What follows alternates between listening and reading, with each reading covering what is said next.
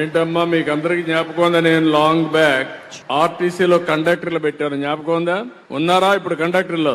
అప్పుడు తీసుకున్న నిర్ణయం అందరూ అన్నారు ఆడవాళ్ళు కండక్టర్లా అన్నారు. కాదు, ఆర్టీసీ బస్సుల్లో డ్రైవర్లుగా కూడా పెడతారని చెప్పారు కానీ ముందుకు రాలా. వచ్చుంటే డ్రైవర్లుగా కూడా పెట్టేవాడిని. ఈ రోజు మీ అందరూ ధైర్యంగా ఉండాలి. అన్ని రంగాలలో మగవారితో ధీటుగా మనం పనిచేయాలి. అందుకనే ఈ రోజు ఆటోల్లో కూడా మీరు షీ ఆటో కింద ఆడబిడ్డలే డ్రైవ్ చేసే పరిస్థితి వస్తుంది. ర్యాపిడో ఉంది. మీరు ఎక్కడున్నా కూడా మీకు అవి ఇన్ఫర్మేషన్ ఇస్తారు, ఎక్కడ పికప్ చేసుకోవాలి, ఎక్కడ డ్రాప్ చేయాలని.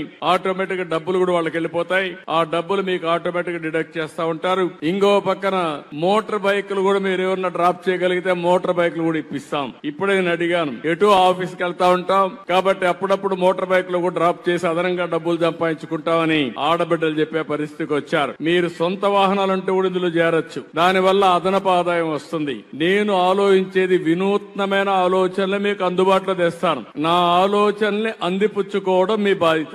అందుకే ర్యాపిడో కూడా తీసుకొచ్చాం. ఇలాంటి వ్యవస్థలను ఈ రోజు ఒక 25 వ్యవస్థలు తీసుకొచ్చాం. నా ఆలోచన ఒకటే, 1,00,000 మంది పారిశ్రామికవేత్తల్ని ఈ ఒక్క సంవత్సరంలో తయారు చేయాలన్న ఆలోచన. 1,00,000 మంది ఆడవాళ్లలో మహిళల్లో ఆంటర్ప్రెన్యూర్స్ గా తయారు చేయాలనేది నా ఆలోచన. అది అగ్రిమెంట్ చేశాం, ఇది అమలు చేస్తామని చెప్పి తెలియజేసుకుంటూ ఇక్కడికి వచ్చిన వారందరికి కూడా డీటెయిల్స్ అన్ని పంపిస్తా.